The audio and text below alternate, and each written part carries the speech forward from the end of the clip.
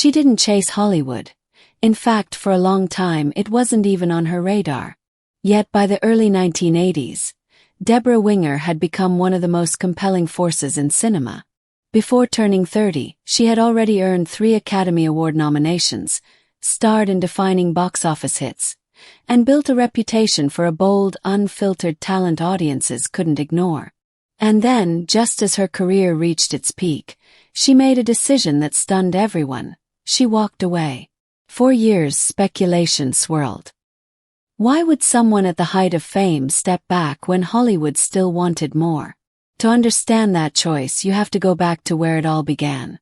Born Mary Deborah Winger on May 16, 1955, in Cleveland Heights, Ohio, she grew up in a Jewish family with modest roots. Her father, Robert, worked as a meat packer, while her mother, Ruth, managed an office. Later, the family relocated to California, settling in the San Fernando Valley, where her story would quietly begin to take shape. But acting wasn't always part of the plan. Deborah initially pursued criminology and sociology at California State University, Northridge, though she never finished her degree.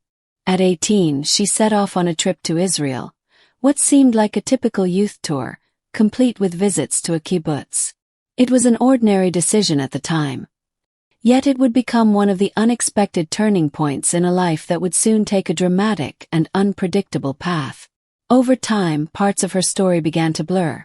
In interviews, Deborah Winger occasionally added dramatic details, even suggesting she had trained with the Israeli Defense Forces, before later admitting it had simply been a standard youth trip.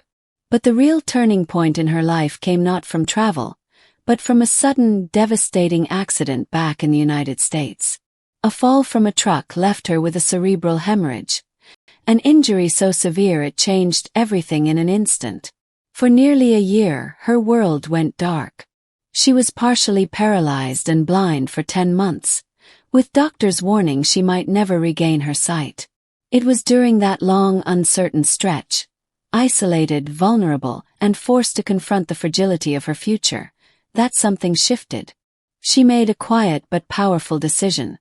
If she ever recovered, she would move to California and become an actress. It wasn't a childhood ambition or a carefully planned goal, but a realization born out of trauma, shaped in silence and darkness. And when the impossible happened, when her vision returned and her body slowly healed, she didn't let that promise fade. Deborah moved to Los Angeles and began chasing a career she had only once imagined from a hospital bed. The beginning, however, was far from glamorous. Her early roles were small and easily overlooked, including a part in the little-known 1976 film Slumber Party 57, a project that came and went without leaving a mark. But for Deborah, it was only the first step into a future she had already fought so hard to reclaim. Then came a small but memorable breakthrough. Deborah Winger landed a 3-episode arc on the TV series Wonder Woman, playing Drusilla, also known as Wonder Girl, the younger sister of Linda Carter's iconic Diana Prince. The role had potential, and producers even offered her a recurring spot.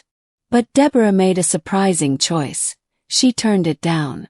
At a time when most young actors would cling to stability, she worried about being typecast, about getting trapped in a single image before her career had the chance to fully unfold.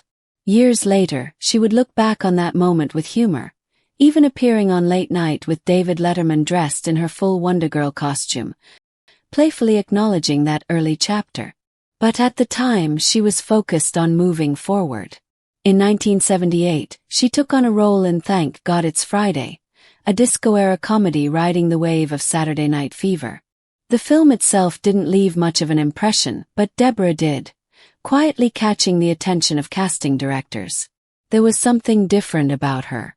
She didn't fit the polished, predictable mold of Hollywood beauty. Instead, she carried an edge, an intensity that felt raw, unpredictable, and real. She didn't play it safe, and that's exactly what made people start to notice. Then, in 1980, everything shifted. Director James Bridges cast her in Urban Cowboy, a story centered on Texas oil workers and the vibrant, rough-edged world of Gillies, a legendary honky-tonk bar in Pasadena where patrons dressed like cowboys and rode mechanical bulls.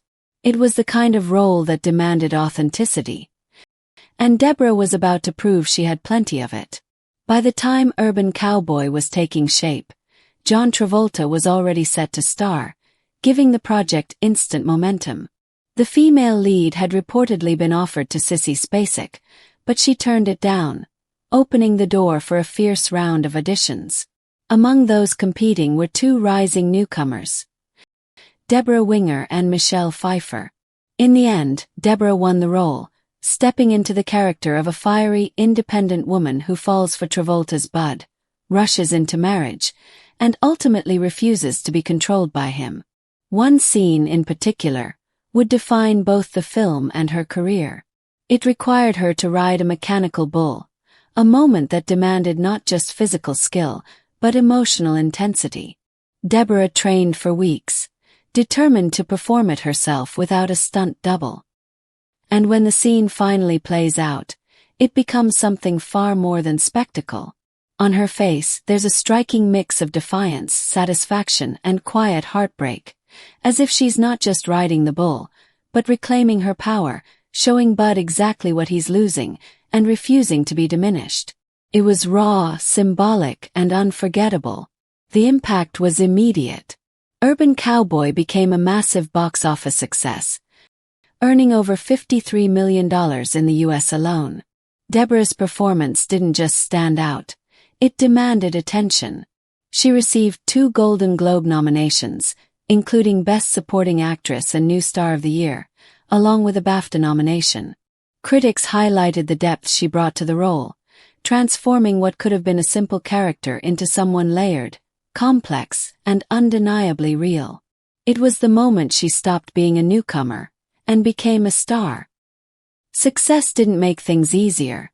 If anything, it revealed just how uncompromising Debra Winger could be. During the filming of Urban Cowboy, tensions boiled over between her and director James Bridges. At one point, Deborah flat out refused to perform a scene, convinced something about it didn't ring true. The disagreement escalated so far that production shut down for an entire day. Bridges was furious in the moment, but later when he revisited the scene, he came to a surprising conclusion. Deborah had been right. The dialogue didn't work, and her instinct had caught what others missed. That clash became more than just an isolated incident. It set the tone for her reputation in Hollywood. Deborah wasn't interested in simply showing up and delivering lines. She cared about the integrity of every scene, every character, every choice. To some, that level of intensity signaled true professionalism. To others, it branded her as difficult. But from her perspective, it was simple: this was the job. The growing obsession with celebrity culture, the fame surrounding it all, only made less sense to her as her career gained momentum. In 1982, she stepped into a new phase with 2 very different projects. The first was Cannery Row, based on the novel by John Steinbeck, where she starred alongside Nick Nolte. But the production was troubled from the beginning. Tensions behind the scenes, including the abrupt firing of Raquel Welch after just 8 days of filming, hinted at deeper issues. When the film was finally released, it failed to connect with audiences, quietly fading at the box office. Yet even in setbacks like this, Deborah's journey was far from slowing down. Something much bigger was just around the corner. But whatever setbacks came before were quickly overshadowed by what followed. Debra Winger returned to the screen in An Officer and a Gentleman, a film that would redefine her career. The story centered on Zach Mayo, a naval aviation trainee played by Richard Gere, and Paula Pokrivki, a factory worker brought to life by Deborah. Their romance built toward a now legendary finale. Gere's character, dressed in full naval uniform, lifting Deborah's character into his arms and carrying her out of the factory. It became one of the most iconic love scenes in cinematic history, a moment audiences would remember for decades. But behind that sweeping romance was a far less glamorous reality. The production was filled with tension, particularly between Deborah and director Taylor Hackford. They clashed constantly. Deborah felt he was controlling and dismissive of her creative input, while Hackford saw her as combative and unwilling to bend. Years later, she would openly describe him as one of the worst directors she had ever worked with, a statement that only reinforced her growing reputation in the industry. And the friction didn't stop there. According to Louis Gossett Jr., who played Sergeant Emile Foley and won an Academy Award for his performance, the on-screen chemistry between Deborah and Richard Gere hid a very different truth. Off-camera, the two actors could barely stand each other. The tension was constant, making even their most intimate scenes difficult to film. Yet somehow, that underlying friction translated into something electric on screen. A reminder that sometimes the most unforgettable performances are born not from harmony, but from conflict. The tension between Deborah Winger and Richard Gere didn't fade when filming ended. If anything, it deepened. Deborah later described him as a brick wall, while Gere admitted in interviews that he found her unpredictable and difficult to work with. For years afterward, the two barely spoke. When it came time to promote an officer and a gentleman, Deborah made another bold choice. She refused. She had no interest in pretending the experience had been harmonious when it clearly hadn't been. And yet, none of that turmoil showed on screen. The film became both a critical and commercial triumph, earning over $130 million at the domestic box office and securing multiple Academy Award nominations.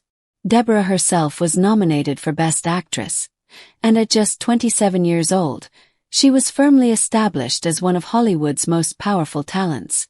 Then, in a move that surprised almost everyone, she took on one of the most unusual roles of her career. For E.T. the Extraterrestrial, she quietly contributed her voice. Her distinctive husky tones blended into the sound design that gave E.T. his unforgettable voice. It was an uncredited performance, done as a favor to Steven Spielberg, and remains one of the more unexpected entries on her resume. But Deborah wasn't done proving herself.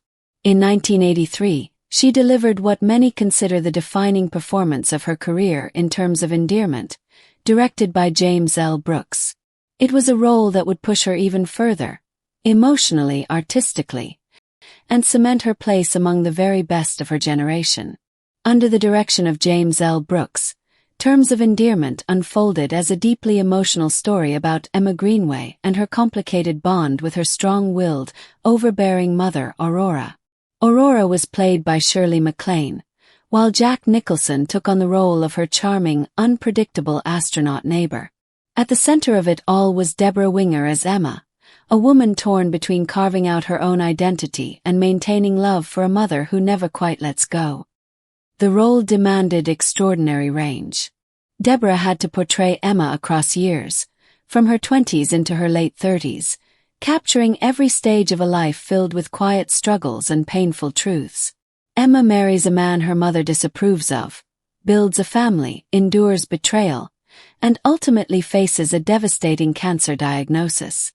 It was the kind of performance that required complete emotional immersion, and Deborah gave herself to it without holding anything back. But even in a film built on emotional connection, tension simmered behind the scenes. Deborah and Shirley MacLaine clashed, their differences reflecting not just personality, but experience. By 1983, MacLaine was already Hollywood royalty, a 4-time Oscar nominee who had spent decades earning her place. This role felt like her long-awaited moment. Deborah, on the other hand, was only 28 and already on her second Oscar nomination, driven, intense, and filled with strong ideas about how Emma should be portrayed. It was a collision of generations, styles, and instincts, and that friction once again would shape everything. From the very beginning, it was clear this collaboration wouldn't be easy. Deborah Winger didn't hold back.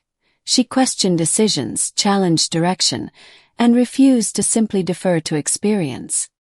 Her first meeting with Shirley MacLaine said everything. MacLaine arrived draped in luxurious fur coats, embodying classic Hollywood elegance. Deborah showed up in combat boots and a miniskirt, raw, unconventional, and unapologetically different. They weren't just two actresses. They represented two entirely different eras, two opposing philosophies of what it meant to perform. As filming on Terms of Endearment progressed, that contrast only intensified. Off-screen tension mirrored the on-screen relationship, and soon the narrative took on a life of its own. When both women received Academy Award nominations for Best Actress, the media seized the moment, framing it as a symbolic showdown, mother versus daughter, old Hollywood versus new. It was the kind of story the industry couldn't resist. When McClane ultimately won, her acceptance speech included the now famous line, "I deserve this."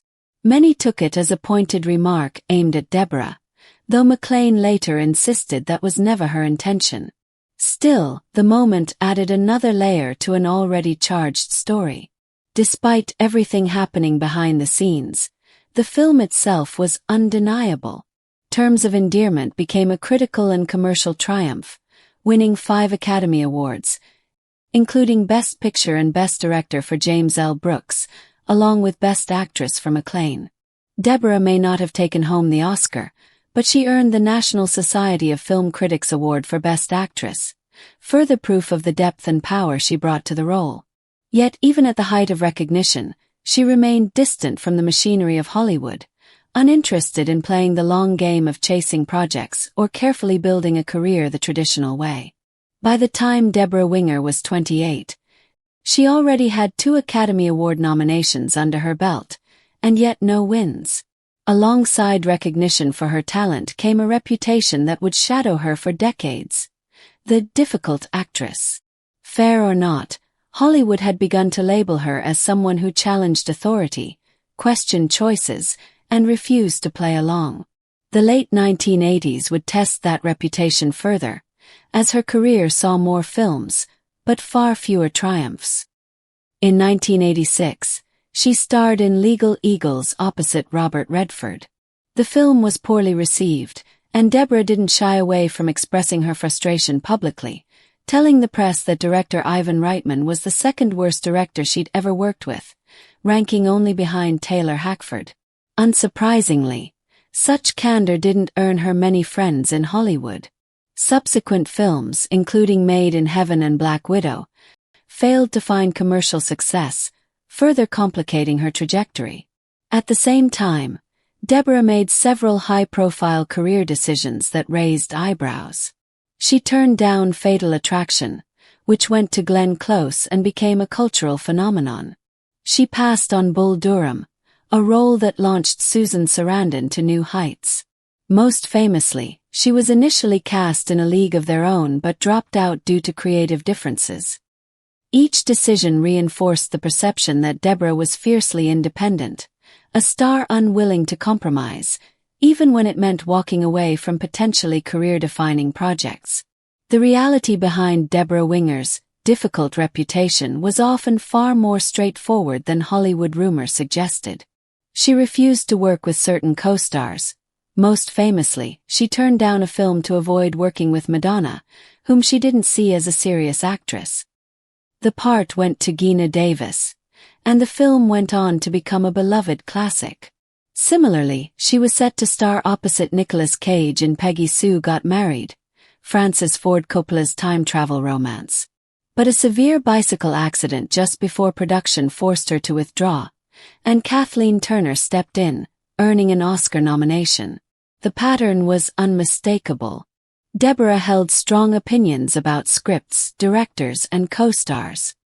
She spoke her mind openly, a quality that, in the male-dominated Hollywood of the 1980s, came with consequences.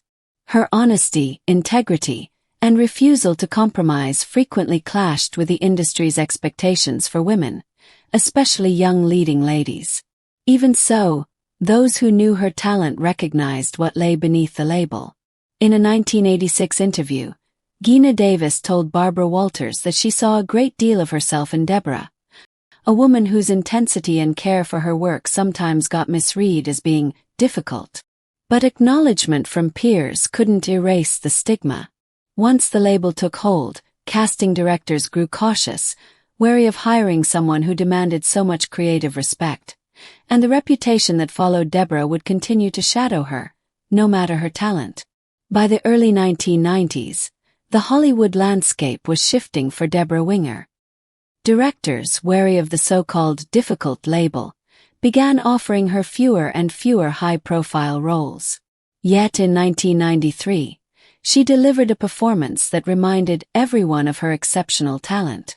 In Shadowlands, she portrayed Joy Davidman, the fiercely intelligent American poet who became the wife of Anthony Hopkins's C.S. Lewis. The film traced their unlikely romance and Joy's tragic battle with cancer. For the role, Deborah adopted a clipped New York accent, a departure from her usual style, and infused the character with sharp intellect and unflinching independence. Joy wasn't just a romantic figure. She was a woman who challenged Lewis's views on faith, love, and life itself. It was a reminder of why Deborah had once been considered among the finest actresses of her generation. She earned her third Academy Award nomination for Best Actress, though the Oscar went to Holly Hunter for The Piano. At 38, the irony was clear. Even as she continued to give powerhouse performances, the roles coming her way were dwindling. That same year, she also earned a Golden Globe nomination for A Dangerous Woman, portraying a mentally impaired woman struggling to navigate life and love. Once again, Deborah proved that her depth, intensity, and commitment to craft could elevate any project, even as Hollywood's opportunities for her narrowed. By the mid-1990s, Debra Winger's career had reached a turning point. In 1995, she appeared in Forget Paris alongside Billy Crystal, a light-hearted romantic comedy about a couple navigating life's ups and downs. While the film was charming enough, it lacked the depth and intensity that had defined her best work. It was pleasant, but ultimately forgettable, a sign that the projects coming her way no longer inspired her. Shortly after, Deborah made a decisive and surprising choice. She stepped away from Hollywood entirely. The moment came while she was in Ireland. Standing on a quiet road, she turned to her boyfriend at the time, Arliss Howard, and simply said, "That's it. I'm done." At 40 years old, after nearly 20 years in the industry and 3 Academy Award nominations, she was exhausted. In later interviews, Deborah explained her decision with rare honesty. She told People magazine that she had wanted out for years. The roles being offered were no longer compelling. She had already played those parts, felt those emotions, and explored those stories. Walking away wasn't about failure. It was about preservation, choosing to step back before her art became stale and before her passion faded. It was a bold move, one that reflected the same fierce independence that had always defined her career. By the mid-1990s, Debra Winger realized that Hollywood no longer offered the challenges she craved. The roles felt repetitive, uninspiring, and creatively empty. At the same time, she was deeply invested in her family. Her son Noah Hutton